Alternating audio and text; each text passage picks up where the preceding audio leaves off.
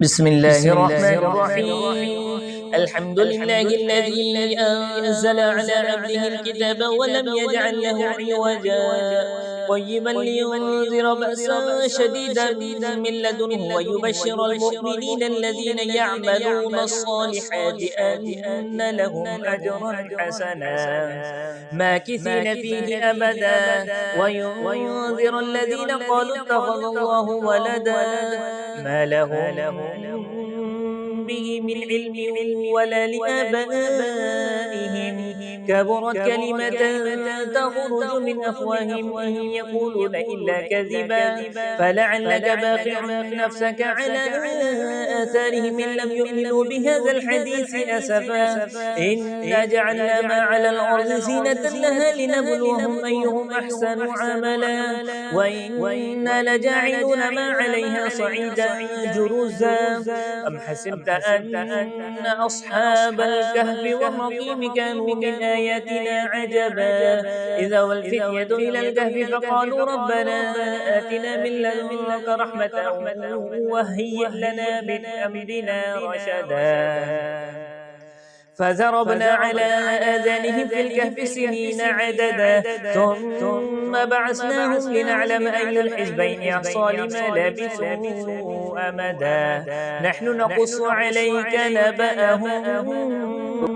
بالحق إنهم فتية آمنوا بربهم وزدناهم هدى وربطنا على قلوبهم إذ قاموا فقالوا ربنا رب السماوات والأرض لن ندعو من دونه إلها لقد قلنا إذا شططا هؤلاء قوم اتخذوا من دونه آلهة لولا يأتون عليهم بسلطان بين فمن أظلم ممن افترى على الله كذبا وإذ اعتزلتموهم وما يعبدون إلا الله فأووا إلى الكهف ينشر لكم ربكم من رحمته ويهيئ لكم من أمركم مرفقا وترى الشمس إذا طلعت تزاور عن كهفهم ذات اليمين وإذا غربت تقرضهم ذات الشمال وهم في فجوة من ذلك من آيات الله من يهد الله فهو المهتد ومن يضلل فلن تجد له وليا مرشدا وتحسبهم أيقاظا وهم رقود ونقلبهم ذات اليمين وذات الشمال وكلبهم باسط ذراعيه بالوصيد لو اطلعت عليهم لوليت منهم فرارا ولملئت منهم رعبا وكذلك بعثناهم ليتساءلوا بينهم قال قائل منهم كم لبثتم قالوا لبثنا يوما أو بعد يوم قالوا ربكم أعلم بما لبثتم فبعثوا أحدكم بورقكم هذه إلى المدينة فلينظر أيها أزكى طعاما فليأتكم برزق منه وليتلطف ولا يشعرن بكم أحدا إنهم إن يظهروا عليكم يرجموكم أو يعيدوكم في ملتهم ولا تفلحوا إذا أبدا وكذلك أنصرنا عليهم يعلموا أن وعد الله حق وأن الساعة لا ريب فيها إذ يتنازعون بينهم أمرهم فقالوا بنوا عليهم بنيانا ربهم أعلم بهم قال الذين غلبوا على أمرهم لنتخذن عليهم مسجدا سيقولون ثلاثة رابعهم كلبهم ويقولون خمسة سادسهم وكلبهم رجما بالغيب ويقولون سبعة وثامنهم كلبهم قل ربي أعلم بعدتهم ما يعلمهم إلا قليل فلا تمار فيهم إلا مراء ظاهرا ولا تستفت فيهم منهم أحدا ولا تقولن لشيء إني فاعل ذلك غدا إلا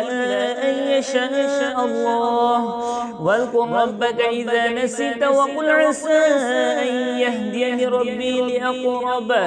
من هذا رشدا ولبثوا في كهفهم 300 سنين وازدادوا 9 قل الله أعلم بما لبثوا له غيب السماوات والأرض أبصر به وأسمع ما لهم من دونه من ولي ولا يشرك في حكمه أحدا واتل ما أوحي إليك من كتاب ربك لا مبدل لكلماته ولن تجد من دونه ملتحدا واصبر نفسك مع الذين يدعون ربهم بالغداة والعشي يريدون وجهه ولا تعد عيناك عنهم تريد زينة الحياة الدنيا ولا تطع من أغفلنا قلبه عن ذكرنا واتبع هواه وكان أمره فرطا وقل الحق من ربكم فمن شاء فليؤمن ومن شاء فليكفر إنا أعتدنا للظالمين نارا أحاط بهم سرادقها وإن يستغيثوا يغاثوا بماء كالمهل يشفي الوجوه بئس الشراب وساءت مرتفقا إن الذين آمنوا وعملوا الصالحات إنا لا نضيع أجر من أحسن عملا أولئك لهم جنات عدن تجري من تحتهم الأنهار يحلون فيها من أساور من ذهب ويلبسون ثيابا خضرا من سندس واستبرق متكئين فيها على الأرائك نعم الثواب وحسنت مرتفقا واضرب لهم مثل رجلين جعلنا لأحدهما جنتين من أعناب وحفظناهما بنخل وجعلنا بينهما زرعا كلتا الجنتين آتت أكلها ولم تظلم منه شيئا وفجرنا خلالهما نهرا وكان له ثمر فقال لصاحبه وهو يحاوره أنا أكثر منك مالا وأعز نفرا ودخل جنته وهو ظالم لنفسه قال ما أظن أن تبيد هذه أبدا وما أظن الساعة قائمة ولئن رددت إلى ربي لأجدن خيرا منها منقلبا قال له صاحبه وهو يحاوره أكفرت بالذي خلقك من تراب ثم من نطفة ثم سواك رجلا لكنه الله ربي ولا أشرك بربي أحدا ولولا إذ دخلت جنتك قلت ما شاء الله لا قوة إلا بالله إن ترني أنا أقل منك مالا وولدا فعسى ربي أن يؤتيني خيرا من جنتك ويرسل علي حسبانا من السماء فتصبح صعيدا زلقا أو يصبح ماؤها غورا فلن تستطيع له طلبا وأحيط بثمره فأصبح يقلب كفيه على ما أنفق فيها وهي خاوية على عروشها ويقول يا ليتني لم أشرك بربي أحدا ولم تكن له فئة ينصرونه من دون الله وما كان منتصرا هنالك الولاية لله الحق هو خير ثوابا وخير عقبا واضرب لهم مثل الحياة الدنيا كماء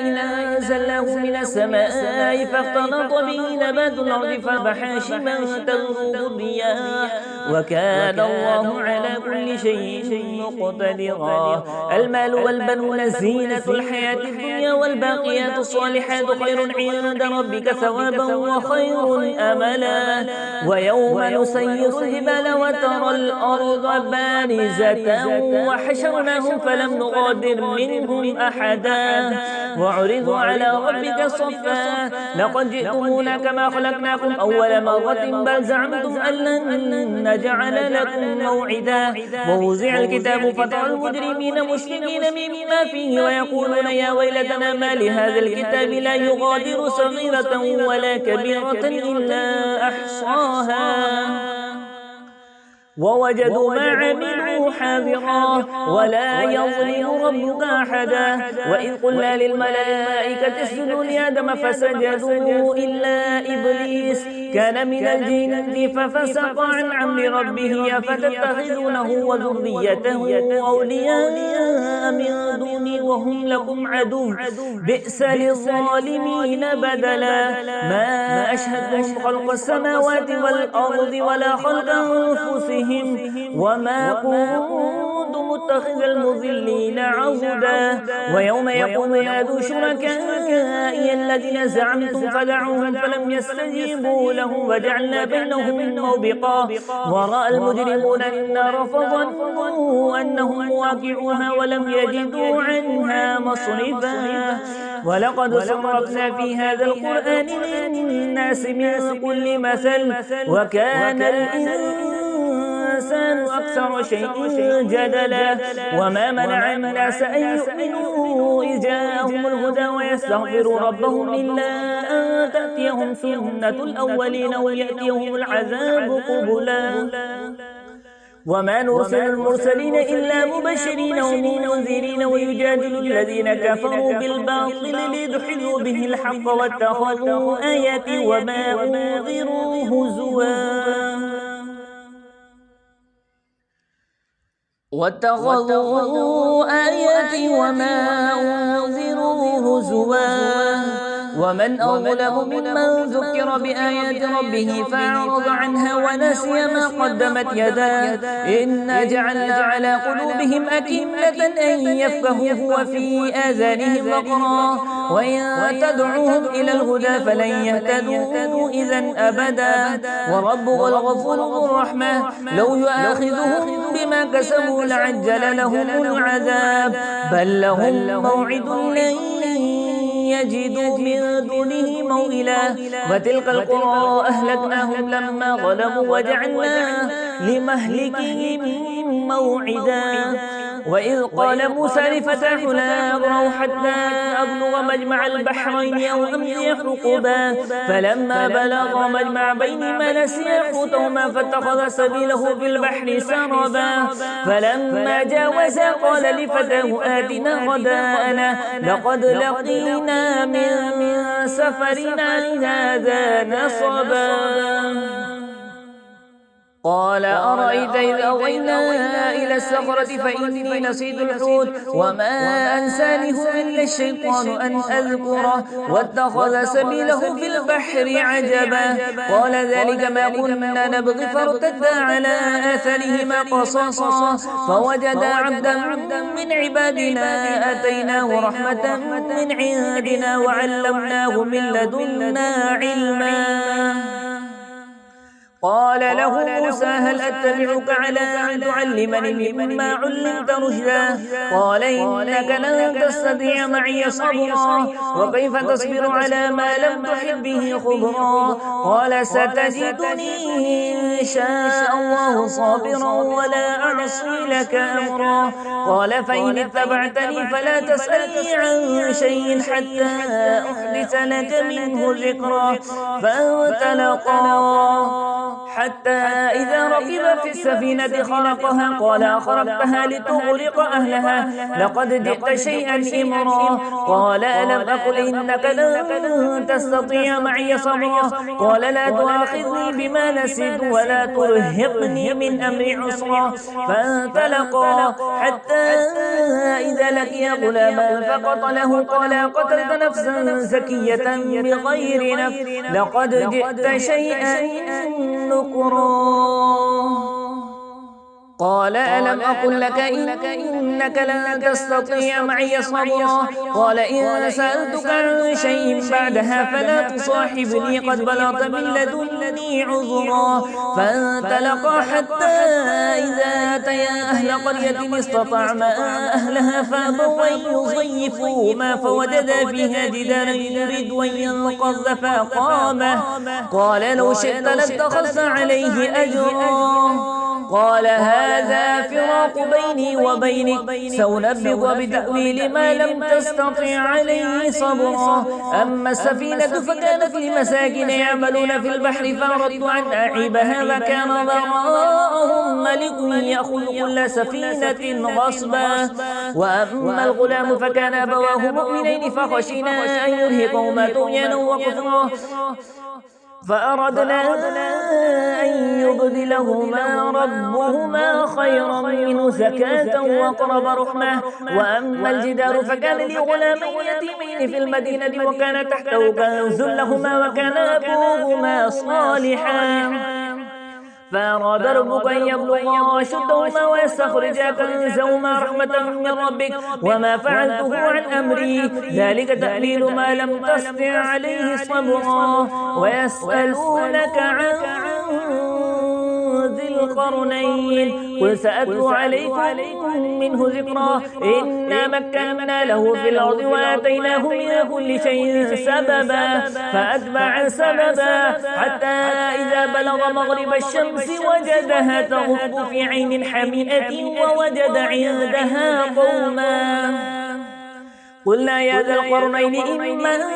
أن تعذب وإما أن تتخذ فيهم حسنا قال أما من ظلم فسوف نعذبه ثم يرد إلى ربه فيعذبه عذابا نكرا وأما من آمن وعمل صالحا فله جزاء الحسنى وسنقول له من أمرنا يسرا ثم أتبع سببا حتى إذا بلغ مطلع الشمس وجدها تدعو على قوم لم نجعل لهم من دونها سترا كذلك وقد أحطنا بما لديه خبرا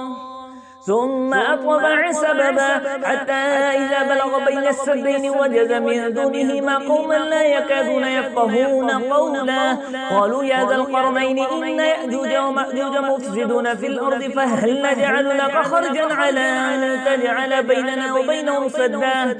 قال ما مكنني فيه ربي خير فأعينوني بقوة أجعل بينكم وبينهم ردما